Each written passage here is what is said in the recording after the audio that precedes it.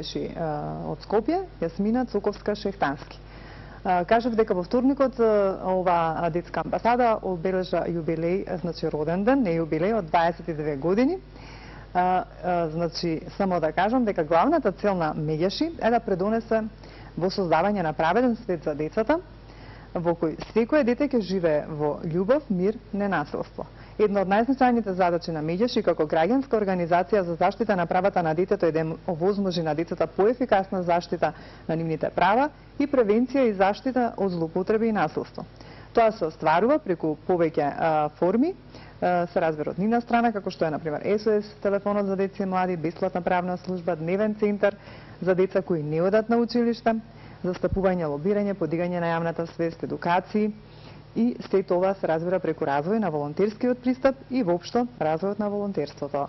Меѓутоа, затоа е тука со нас Јасмина да ни каже нешто повеќе за првата детска амбасада Меѓаши, за оние актуелни активности во моментов и се разбира за сето она што тие го работат. Јасмина, добар ден и ти благодарам што еве денес си дел од неделен ветрачите во Сонце. Добар ден и од мене и до вас и до гледачите на телевизија Сонце. Ви благодарам уште еднаш за поканата. Така. Последен пат беше Драги овде со нас, пред повеќе, еден поголем период има поминато. Поводот е токму 22 години, го прославивте 22-риот роден ден, практично од постоењето на оваа детска амбасада. Кажи ми само, претпоставам дека со некои ситни активности го одбележавте овој роден ден, да ни кажеш на почеток за тоа. Точно така, значи во вторникот ние одбележавме 22-риот роден ден од постоењето на Меѓаши. 22 години непрестајна борба за децата, за нивните права, за заштитата на самите деца и за нивните права. Го одбележавме работно, така. Бидејќи навистина во моментот имаме многу активности, со забрзано темпо работиме на сите нив, се со цел и со желба да ги оствариме апсолутно сите и да ја постигнеме нашата цел, да ја подигнеме свеста кај граѓаните за личноста на детето, за почита која што тоа секој дете ја заслужува, да ја подигнеме свеста на општеството, на граѓаните, но и на самите деца дека тие имаат своји права, дека тие права апсолутно им се заштитени и максимално работиме со забрзано темпо во овој период за да ги оствариме тие активности. Така, кажи ми, претпоставам дека горе-доле имате увид за овие 22 години, колку е подигната свеста дека навистина треба да бидат овие права на детето заштитени, да им се пружи нели нормален развој, значи сето она што како што говоревме за кое што вие се залагате, а ќе ни кажеш и после се што е нели дел од оние форми за кои што вие постојано работите и ги спроведувате како активности. Колку се променети работите до сега? Од она што вие до сега го работите? Така. И самите бројки, истражувањата кои што ние редовно на годишно ниво секоја година во текот на овие 20 години ги спроведуваме, го покажуваат тоа дека нашата работа на наше огромно задоволство вложила со позитивни резултати. Еве само како пример ќе ви дадам дека на SOS телефонот за овие 22 години над 20.000 телефонски јавувања имаме. Так. За разлика од изминатите години кога таа бројка била се помала и помала. Она што нас особено нарадува е дека е подигната свеста на самите деца. Дека тие може да се јават. Прво свеста дека тие имаат своји права, дека тие не се ничија собственост, дека има некој кој што се грижи за нив, кој што се грижи за нивните права, дека има каде да се обратат. И статистичките податоци покажуваат дека истражувањата дека кај децата телефонскиот број 0801 22 22, тоа е нели на Меѓаши SOS телефонот, е втор по препознаеност телефон во државата после бројот 192 на полицијата што е. Значи децата веќе знаат дека имаат своји права. Знаат дека тие права им се заштитени и со Конвенцијата на Обединетите нации за заштита на децата. Знаат дека тука се Меѓаши на кои што можат да се јават секојдневно, да зборуваат за се што ги мачи. Знаат дека тие разговори ќе се анонимни, апсолутно се анонимни. дека се што сакаат да кажат ќе остане во тајност, доколку тие дозволат или случајот налага има потреба дел од информации да бидат откриени за да се постапува во насока на заштита на детето. Меѓутоа чувстват една сигурност и секојдневно сега можам да кажам и за жал добиваме повици. За нас многу зборува, многу ни значи нивната доверба, меѓутоа разочарувачки е фактот дека се уште има огромен број на деца кои што секојдневно се изложени на секаков вид на насилство и на злоупотреба. Претпоставам дека во програмата имате за оваа година некои активности кои што може би се на почеток на реализирање, некои се во тек на реализација. Што е тоа што треба да го информираме до нашите гледачи околу програмата и активностите? Па така, оно кој што сега е во тек, како што реков, на кој што забрзано работиме, се Мегеш и Детската амбасада Мегеш и заедно во партнерство со неколку земји од Балканот и со Северна Ирска стапија во коалиција наречена Партнерство за помирување преку ран детски развој и образование во Европа. Целта на оваа програма е всушност повторно нели детето и неговото право на квалитетно образование. Значи ние одиме на тоа дека не е само доволно детето, секое дете да добие образование, туку секое дете има право на квалитетно образование. Сметаме дека предучилишниот развој е круцијален во понатамошниот развој на детето. Значи има огромна улога. Токму оваа програма за цел има да ја подигне пред се свеста на самите родители, на самите воспитувачи, дека значењето е огромно.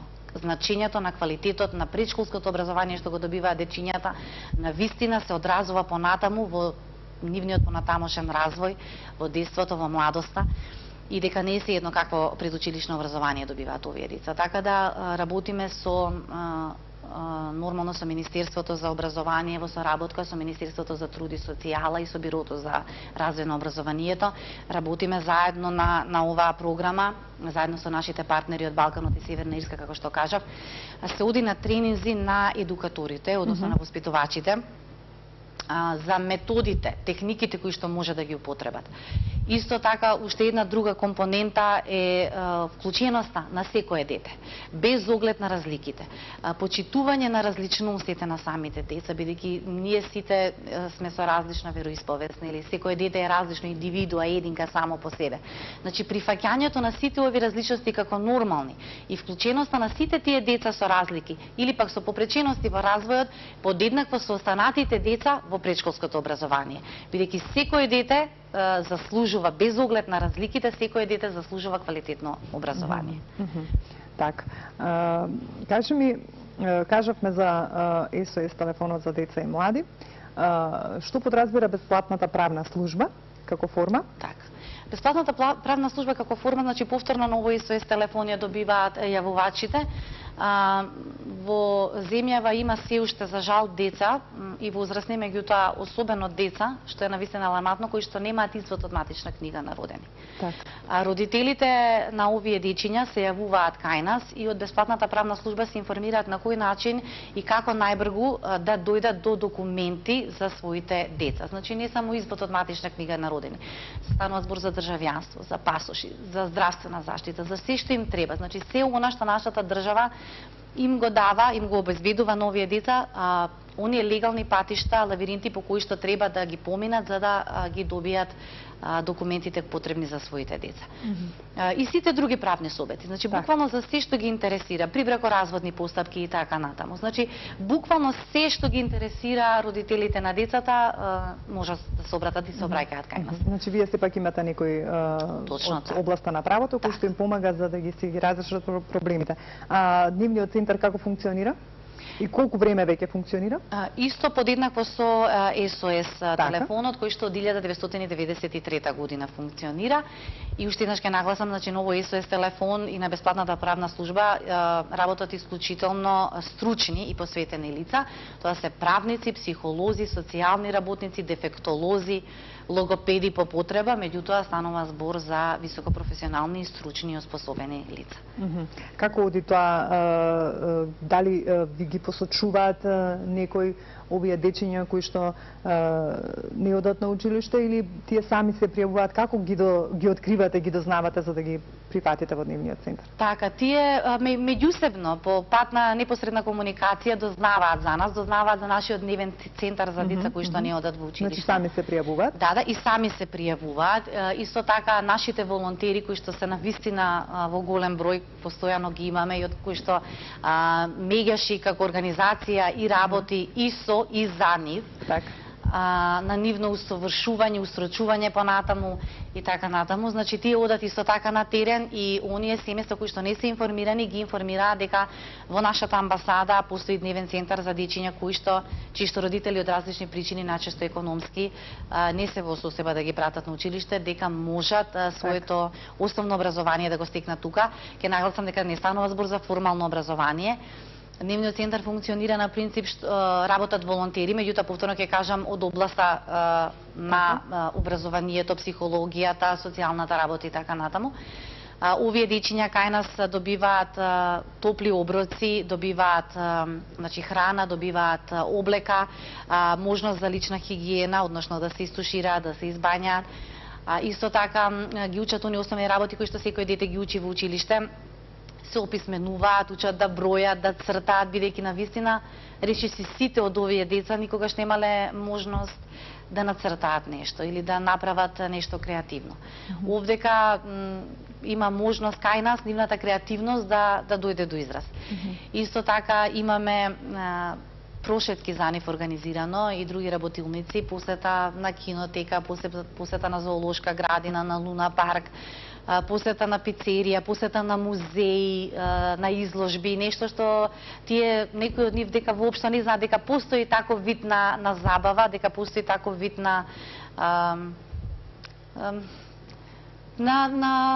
едукација. Так. Никогаш немале можност тие деца да одат на некоја изложба. Да појдат во некоја културна институција, да видат што се случува. На театар да отидат, на кино да отидат или во пица, во ресторан на пица да отидат, така да огромно е задоволството да се види насмевката на овие деца за време на тие посети, со колкава радост се спремаат со денови однапред и така. Значи, навистина, задоволството не се опишува со зборови.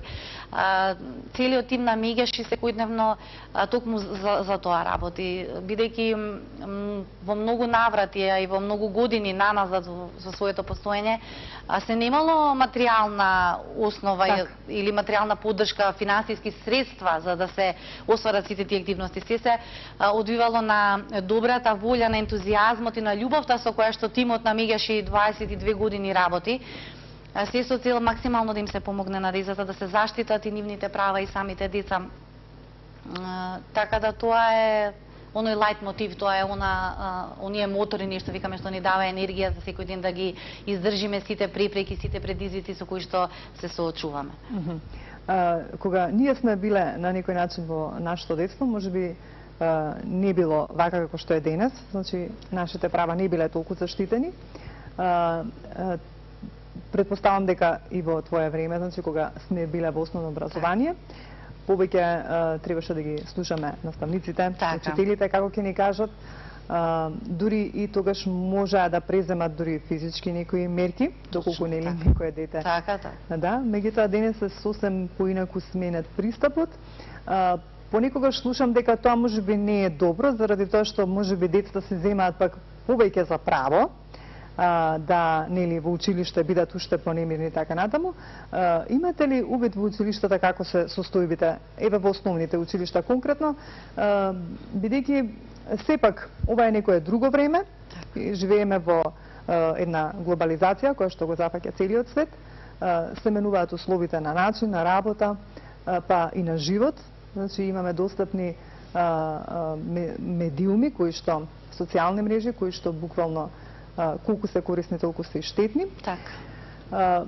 Први би сакала да ми кажеш околу основните училишта како стојат состојбите, дали можеби некој од децата пријавило случај за во некој основно училиште од страна на некој можеби наставник или така натаму, и колку овие социјални мрежи, дали имате направено некој истражување, влијаат негативно врз децата, се разбира во однос на оние, како да кажам, психички насилства и така натаму. Так.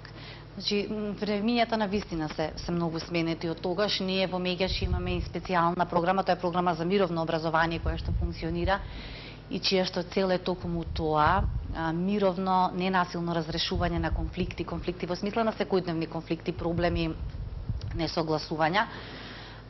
Таргет група овдека се воспитувачите, односно учителите, професорите.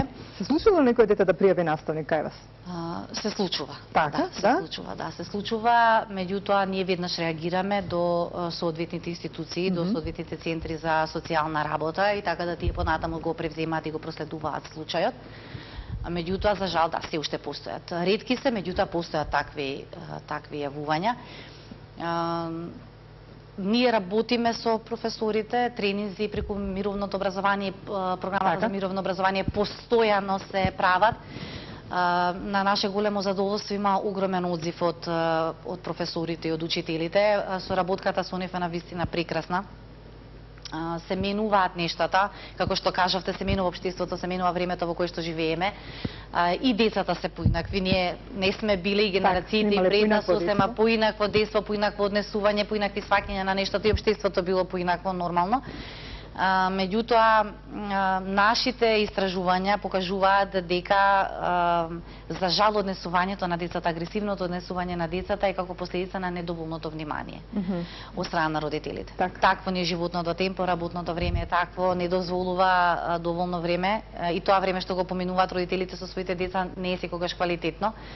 За жал, затоа и ние ја спроведовме онаа кампања која што сигурно се сеќавате, на огромни билборди беше по цел град. Дали денес го гушнавте вашето дете? Тоа е кампања за одговорно родителство. И ние како родители, јас тргнувам од себе си како родител, не можеме да очекуваме дека некоја институција, образованието или било каде професорот и така натаму, дека сите тие треба да ја сносат одговорноста за нашето дете, сите освен не ние.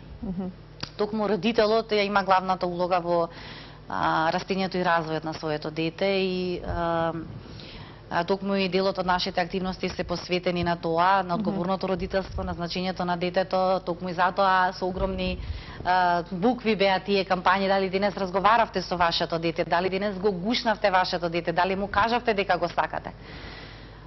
Работиме на тоа и тука ги очекуваме резултатите, дека сепак во кругот на семејството лежи основата за понатамошниот развој на детето. А околу злоупотребата на социјалните мрежи и влијањето на децата се разбира се социјални да се заштитат тие како личности кои што се нели на една мала возраст, кои што се уште недоволно запознаени, колку може несакани ефекти да има тоа. Така, дефинитивно. Особено пристапот до секакви информации, особено немањето свест